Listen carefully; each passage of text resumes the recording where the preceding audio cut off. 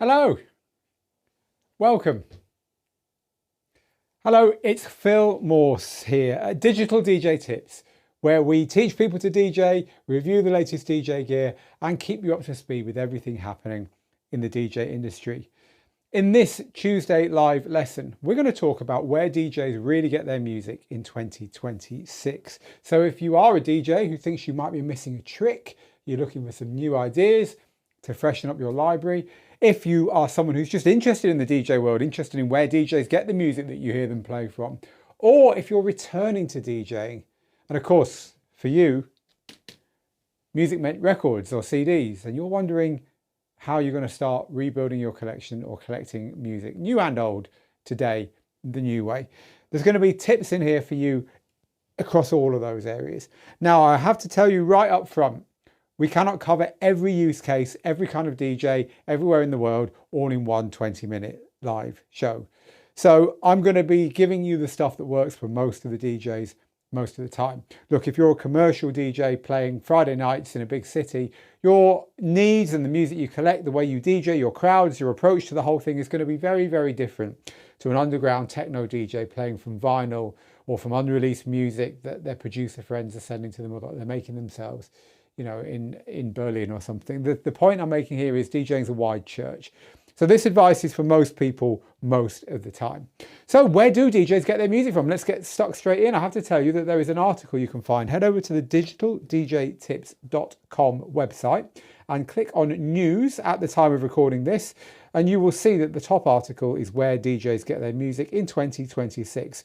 If you cannot find it there because it's not right now, click the little search icon and type in DJ Music 2026 or something similar there. And the first thing that comes up at the top should be, anyway, here's Phil testing his own website, should be exactly, there we go, the article that I'm talking about. Phew, glad that works. All right, so that's where to get the article where we go through all of this. So kick back, relax, enjoy, comment please. If you're watching live on YouTube, Facebook, Twitch, I've got all your comments coming in live here on the comment cam that you can see here. So your comments are all here and I can see your chat coming in. Here we go. So please do come and get involved. I'd love to hear where you get your music from and any questions you might have about all of this. Okay, we're going to talk about streaming services, because streaming is now a big thing. We're going to talk about online stores where you can buy digital music. We're going to talk about physical music. Yes, physical music. We're going to talk about tips for DJs building a music collection. So that bit is just for DJs really, I suppose, although it might be of interest to you if you are not a DJ. And so at the very end, we're going to talk to you. We're going to go to that chat that's coming in here and we're going to involve you in the end of the conversation. All right then, so where do DJs get their music? Where do you get your music watching this? Say it, say that word, say it. Of course you said it, Spotify. It's where everyone gets their music, right? The DJ world lags behind the real world by about 10 years.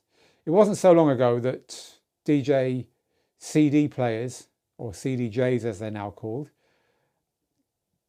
didn't have any problem with actually playing real CDs. Like real CDs. There's only like 4 or 5 years ago, something like that, when they actually released DJ equipment that didn't have that CD slot on the front of it because DJs were still using them. So long after everyone else had given up. And it's only recently, honestly, that Spotify has appeared in DJ gear. Now, it is in DJ gear now. On this computer, by the way, I've got a copy of Rekordbox, which is one of the big pieces of DJ software. So if we have a look at it, so down here, it's very hard to see, especially if you're watching on a phone, but we'll try. Down here, we've got all the music sources that you can play using this particular software. So we've got iTunes, your local iTunes, Apple Music, Spotify, SoundCloud, Beatport and BeatSource. We'll talk a little bit about those in a minute. Tidal. So lots and lots of streaming services right there, right inside your DJ library, and also DJ hardware, as in DJ gear that doesn't need a laptop. This piece of DJ gear actually does need a laptop, but pieces of DJ gear that don't need a laptop, they are also coming nowadays with streaming services built in, even in pro DJ booths. So streaming is a massive thing finally in DJing. And look, if you're not a pro DJ, or even if you are a pro DJ, just maybe a tiny song every now and then for You know, the classic example is if you've got a couple whose wedding you're doing, and one of the couple says, "Oh, can you play this?" and you forgot it. Well, you better find a way of getting it. Look, streaming is there. Show me a mobile DJ who charges top whack, who hasn't had to do that once. But generally, if you're not a pro DJ, streaming services are what you're using. If you are, they're not. And we'll talk about why in a minute. So look, you've got Spotify, you've got Apple Music, you've got Tidal, you've got Beatport and BeatSource, which are, as we just saw on this particular piece of software, there too. And they're made for DJs. They've got advantages. SoundCloud and a few others, depending upon your software. Amazon Music. So look, these are there. They're absolutely brilliant. You know, these services let you discover music in a way that you just couldn't do otherwise and before. As you know, if you're a Spotify user, you know that you discover great music there. But now you can not only discover it, but start playing it. Like instantly start DJing with it, looping it, changing its key, mixing it with other music. You can find whole playlists by DJs or in genres or from charts from your city of the music that's really hot right now. You can start DJing it, mixing it. It's incredible. What a thing to have at your fingertips. So using streaming services in DJ software, even if it's not for you, as you watch this saying, Phil, no, stop right there. Trust me, your kids are doing it. So look, this is here. It's happening, and it's will very shortly become the main way of doing this. It's better than great, honestly, having access to all that music if you know how to select the stuff to DJ with, if you know how to sift through ultimately 100 million tunes, right?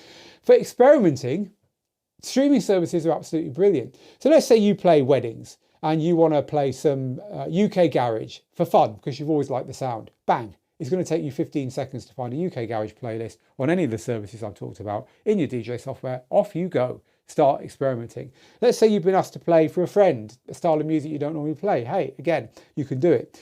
And so for discovery, for experimenting, and just for general non-pro use, parties, playing at home, playing for your friends, playing in the back garden, whatever, streaming services are brilliant. I've had many a wonderful evening, sat there with a drink in one hand and an iPad perched on my knee, DJing with DJ software, Algorithms, DJ Pro, and Spotify, whatever, plugged into it. And we just sit there all picking tunes and I'll mix them in. You know, this is great. If you DJ seriously, and by seriously, I generally mean for money, but also if you're taking your DJing seriously, if you're the kind of person who knows that DJing is going to be a part of your life forevermore, if you're the kind of person that comes to the Digital DJ Tips website and looks at that big banner there and says, oh my God, look, I want to get this. I want to do this. I want to have everything all the time. DJing is me. It's what I'm always going to be. If that's you, you already know the answer to this question. Serious DJs do not play DJ sets from streaming services. They just don't. The reasons are long. I mean, the list is long. It's unreliable, right? You're relying on the internet. Yes, you can download certain numbers of tunes to certain pieces of hardware at certain times, so you don't need the internet. And yes, if you unplug the internet, bang, some hardware will let you play the song to the end. I think most nowadays. But look, it's unreliable. For professional use, if you're charging money, you shouldn't be doing this. Songs arrive, but they also disappear on these services. They just do. It's part of the licensing. So these services don't own the music, and you don't own the music, of course. You stop paying your sub, it all goes away. But they don't own the music. They license it from the big record labels, or the small record labels in the case of some of the independent streaming operators. And so should those licenses expire, the music disappears, right? So if you put a playlist of 500 tracks on your Spotify, whatever, and you've probably done this, and you come back to it six months later, there's going to be many that are grayed out because they've gone. So just like, you know, whole series disappear off Netflix, music disappears off streaming services. Now, music is the tool of our trade. Music, it should be something that you hold very, very close to your heart. So the idea of your music collection just disappearing arbitrarily, you don't know what's going to disappear, you don't know when it's going to disappear. That ain't no good for a DJ taking their art seriously, right? There's often no DJ-friendly versions of songs on these services. So by DJ-friendly versions, again, if you're not a DJ watching this, what are you talking about, Phil? DJ-friendly versions will be versions that have got the curse words removed. There'll be versions that have got beats at the beginning and end that let you mix in and out of them, making it easier to beat mix with them. There'll be versions of songs which aren't very danceable because their BPMs are a bit wrong, but the company that provided them to the DJs has re-edited them, remixed them in order to make them something that you could use on a dance floor. There'll be versions that are shorter than the original song, because this is a thing, right? So if you're asked to play I don't know, Uptown Funk. You know, everyone's bored of it after 30 seconds nowadays. There are versions of Uptown Funk that go verse, chorus, out, done. So you can play it while not boring the dance floor, right? So there's so many different types. And of course, there's acapellas, there's dub versions, there's instrumentals, there's all this kind of stuff. So there are sometimes on Spotify, on Apple Music and this kind of thing, you can find the extended versions, right? The long versions. But it doesn't normally go much further than that. So if you do want these DJ friendly edits, you're not going to find them. But another thing, and this is something people never realize until it hits them hard, is that in streaming software, if you go to a streaming service like Spotify in here or Apple Music or something, and you get your music up here and you load it onto your decks, suddenly things stop working in the software. You can't hit the record button, so you can't record your set. You can't search properly by BPM, by tempo, or by key within these services because it's not your collection. It doesn't know it can't usually give you that information. So searching's a bit dodgy. You can't really record. You can't do the clever stuff that you can do on DJ software nowadays, where you can separate the a cappella from the instrumental live. I mean, how amazing is that? You just can't do this stuff with the streaming services. And of course, you don't own the music. And that's quite a big thing. Serious DJs should spend a lifetime building a music collection, building the records that really resonate with you. Could just be 10 a year. But if you've been doing it for 30 years, you've got 300 songs that really do it for you. You should own them, right? You know, even the DJs who've been doing this for life. So I'm thinking among the tutors here at Digital DJ Tips, Laid Back Luke is a good example.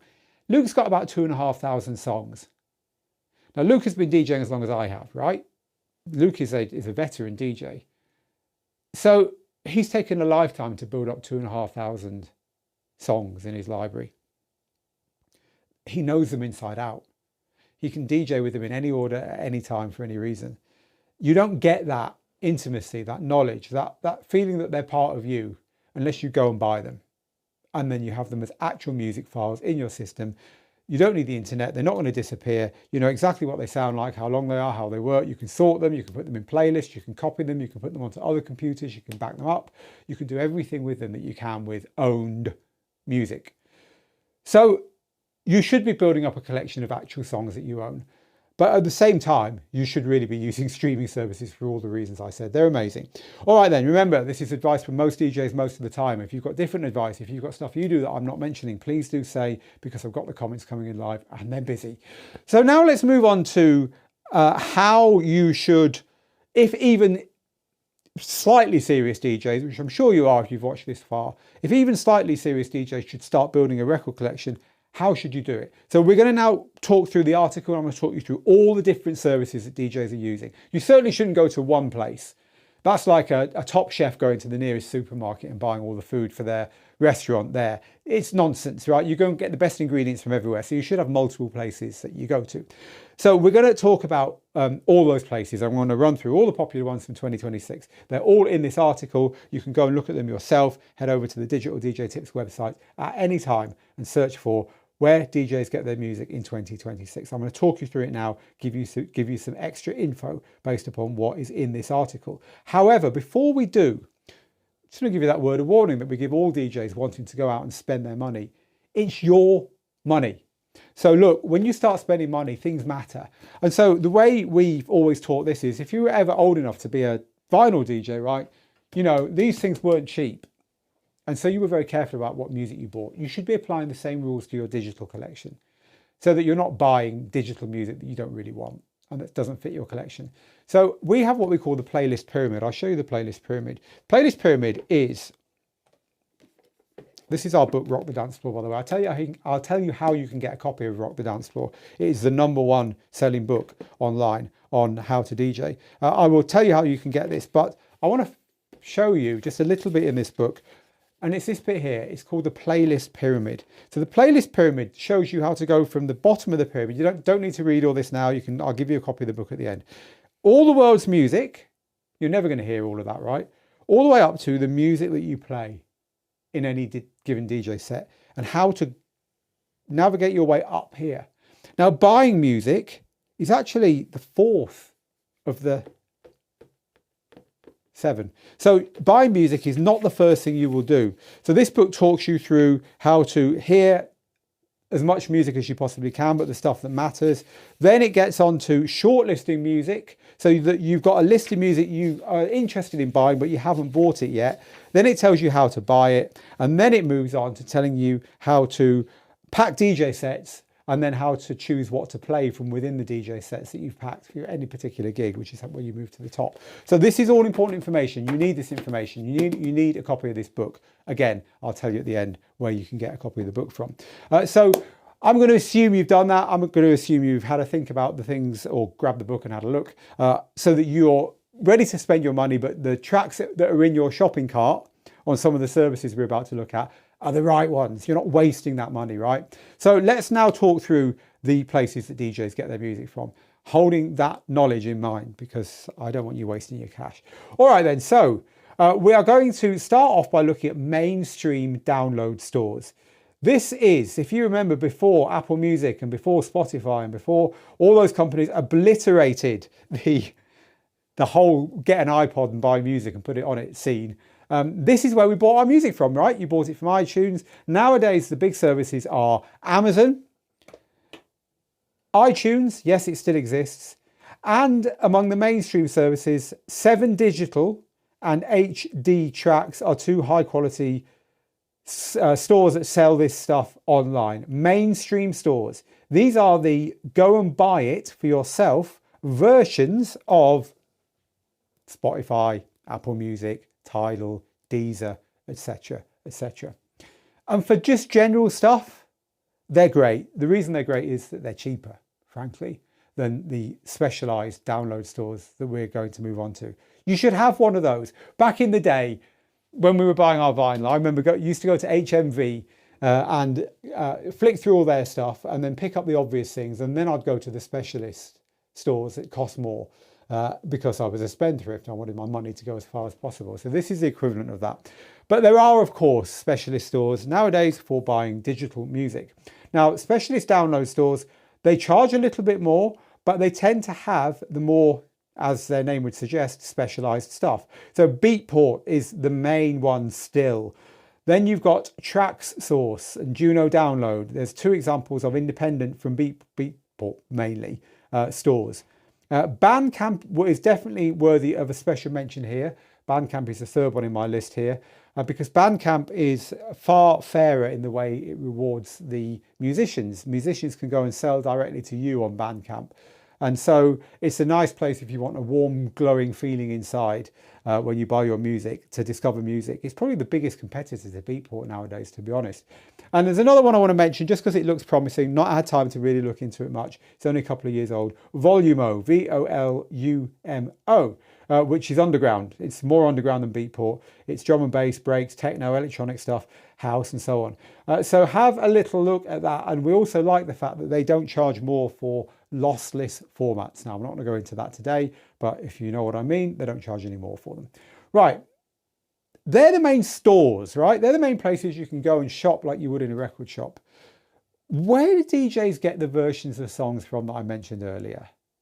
The remixes of pop stuff, the friendly versions that have got beats at the beginning and end, the versions that are shorter than normal or longer than normal, or remixed in a certain style to suit a certain kind of dance floor, etc., etc.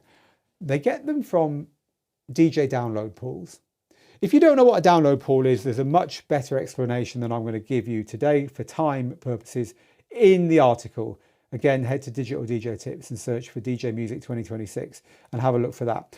But ultimately, they are the replacement for the DJ mailing lists that used to exist back in the day, where if you were a DJ that DJed in clubs, you would be sent the latest music before it came out, and you would be required to give reactions back to the company that sent it to you, which would be a promotions company attached to a record label, and say, how does it go? How did it go on your dance floor? People asking for it? Is it going to be a hit? And they'd literally decide how many to press onto vinyl based upon those DJ feedbacks. We used to have to do more via a fax machine.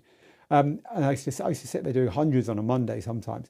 They don't exist anymore. They do exist, but they're not really a thing anymore. They've been replaced by DJ download pools. They're meant to be for pro DJs, but anyone who's ever played a gig anywhere can get on them. You pay a subscription every month, and they give you unlimited access to all the latest DJ music. They tend to be commercial, as opposed to underground, but there are some pools that specialize in more undergroundy stuff, and there are also pools that specialize in certain genres. For instance, we've got BPM Supreme, which is the most popular DJ pool among our students. It's a classic example of a modern pool, which has got a good all-round selection of everything. DJ City is owned by Beatport and BeatSource nowadays, who are two of the streaming services, but DJ City also covers the same kind of stuff that BPM Supreme does. Both of these places, again, are good for getting those DJ edits. Zip DJ is the third one we will pick and highlight here because they're very good for underground music, a little bit more than the other two. So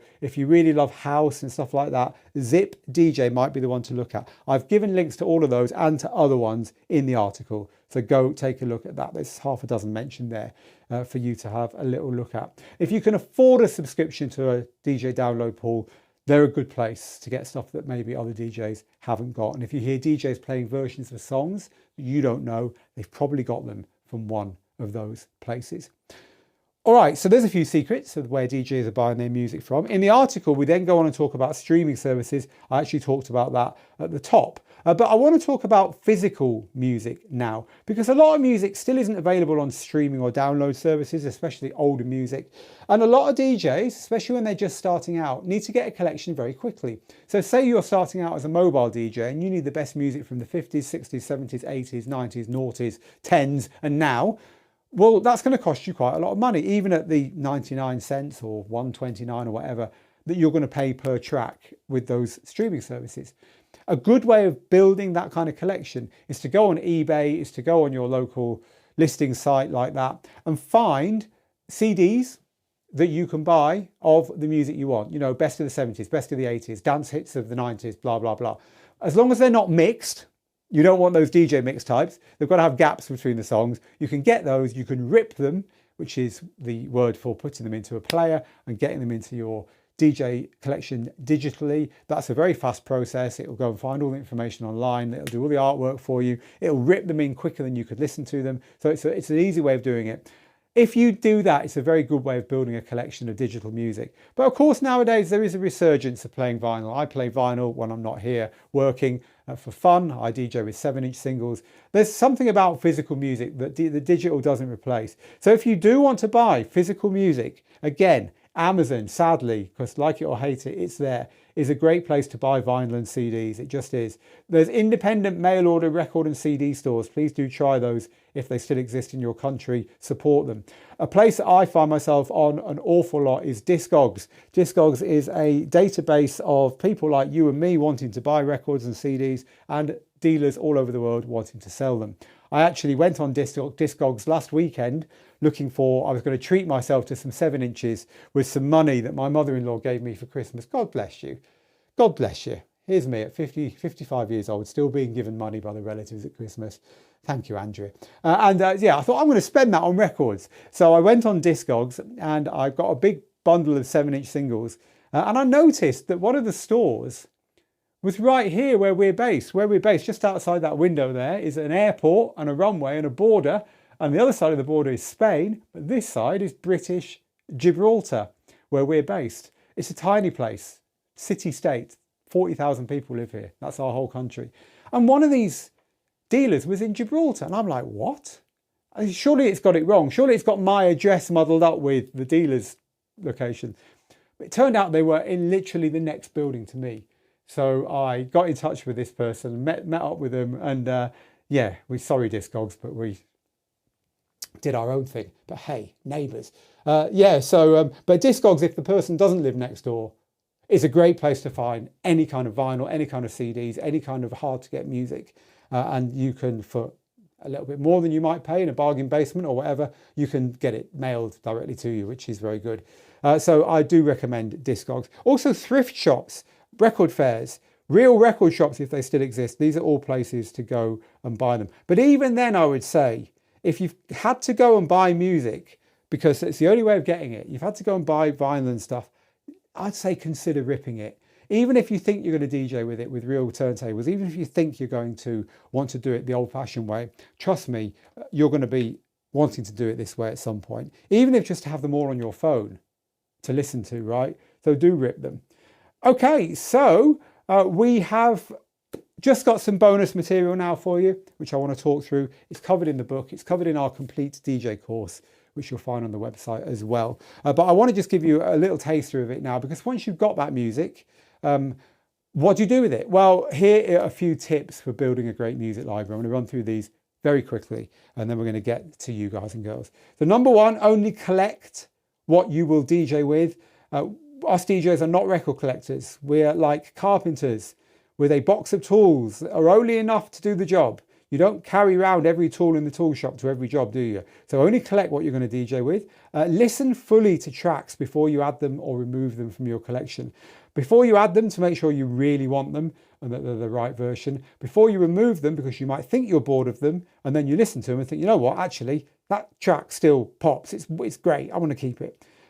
Collect lots of versions of the tracks you like. You can get all kinds of versions. We've talked about them: club mixes, radio mixes, remixes, bootlegs, versions that are shorter, longer. They've got the curse words taken out. They're instrumental, they're a cappella, blah, blah, blah. Collect them all, because you can then do more with a track that your audience likes, that you like, and so on. If you've got lots and lots of versions of it in your collection, that's okay. Understand the technical side of digital music. This is where so many of our students here at Digital DJ Tips fall down. They don't understand where on their computer their music is. So they don't understand that they're making duplicates all the time. And then they move it around and they don't understand why their DJ software can't find it. They don't understand why their music hasn't got an artist and a title or some artwork. They don't understand that when they press search, it's not finding the tracks for them. All of these things are ultimately because the student doesn't understand how computers store files. It's really important to understand the technical side of digital music in order to do a good job of this. Again, we go into this in detail in our complete DJ course. We also go into it in the book. I'll tell you how you can get a free copy of this in a second. So finally, look to actually own the music that's important to you. I've told you this once, I will tell you this again because it's so important. Building a DJ music collection is literally about that. DJs get music to build and keep it. They don't spend all that time and effort to just build great streaming Spotify playlists. As you know, because I'm enthusiastic about it, you should have Spotify, you should have Apple Music, you should have Beatport, BeatSource, SoundCloud, all those services. There's articles on the Digital DJ Tips website about these services, the right one for you, and so on.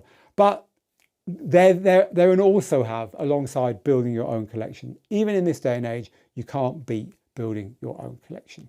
All right then, I hope you've enjoyed the lesson. Do let me know underneath if you have. But I'm going to do two more things. One, I'm going to tell you how you can grab yourself a copy of the world's best-selling book on DJing, Rock The Dancefloor. I'm also going to go to the comments and spend 10 minutes chatting with you guys and girls. So firstly, the book, well, that's easy. Head to the digitaldjtips.com website, and from any page on this website, click the join button in the top right-hand corner. You will see my pretty face there. Put your best email address in here and join all the hundreds of thousands of students who are on this list. And then maybe you will join the 50,000 students who have bought one of our DJ training courses at some point, but that's in the future. First, I want you to have this. So go to the Digital DJ Tips website, fill in your email address, join, it's free, and we'll give you a copy of this as your thank you for becoming our latest free member. That's it. That's what I've got for you. Got a dry mouth after that. That was a lot of talking. Let's go to your comments. I want to spend a few minutes with you guys and girls as well. How are you people? That's a damn fine cup of coffee. It's a damn fine coffee mug as well. How are you people? Hello to Giles. Hello to Jack and Java Man Sanchez. Happy New Year to everyone. Hello to Mike, Tim and Lou. I've got to get some lessons, says Dave. Well, new year, new you, Dave. Get some. So glad you're discussing this. Recently, there were some tracks that disappeared from my Tidal crates. I know, it's terrible. It's terrible, it happens. I get my music from the Mashup website and from DJ City, says Giles. Thank you for that. The Mashups is by far my favourite place of the two. We need to get Spotify in Tractor, says Nicholas. Yes, the problem with these services, they're not added to all the software all the time and so on. But yeah, you're quite right. It would be good. I use Tidal, says Colin. It's got a huge library of music, which really helps when being asked for songs. And their hi-fi audio quality is great. Thank you for that. Jack says I use Tidal too. I also use SoundCloud. And some of my vinyl records that I ripped since certain songs aren't available on any streaming platform, I plan to switch over to Beatsource, which is one of the streaming services, and Rekordbox, the software I was showing you earlier, later this year. Thank you for that. It's great information being shared. Antonis says, I've DJed since 1996. I've ripped my own CDs. I also get music from other sources like forums and so on. I use Tidal. I've got MP3s from friends, and for some requests, I have to do anything I can, including using YouTube. Hey, look, if you've got to play a request, you've got to play a request. Show me a DJ that won't play any version of it they can find, rather than disappointing people. But YouTube isn't a good bet if ever you have a choice. Hello to Kenton Crosby on Twitch, who says, I find streaming in Rekordbox software is very useful for requests. It would be nice to be able to add tracks from Spotify to playlists in Rekordbox. You can. And DJCU, the DJ conversion utility made by Mixmaster G, has an offshoot utility that lets you do just that. It's got another acronym for its name, but if you go search for Spotify to playlist online, you will find his software. In fact, I'll do him a favor and you a favor now by looking for it, because I can't remember the name of it and I really should.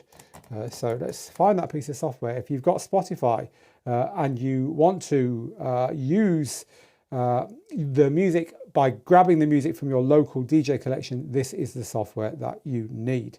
I'm now scrolling through to find it and I can't. So maybe we have got, here we go. I could find it.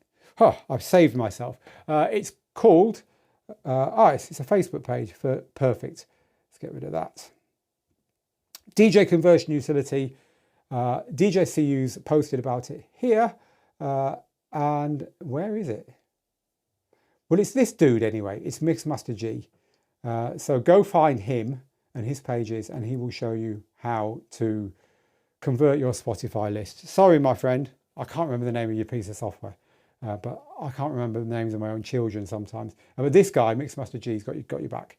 Right, that was smooth, wasn't it? Let's move on to the next comments coming in from you. This is from Mike. Mike says, I can't use streaming services because I upload to Mixcloud only. Right, yes, this is about the fact that you can't record what you do because it's disabled in your DJ software when you're DJing using streaming services.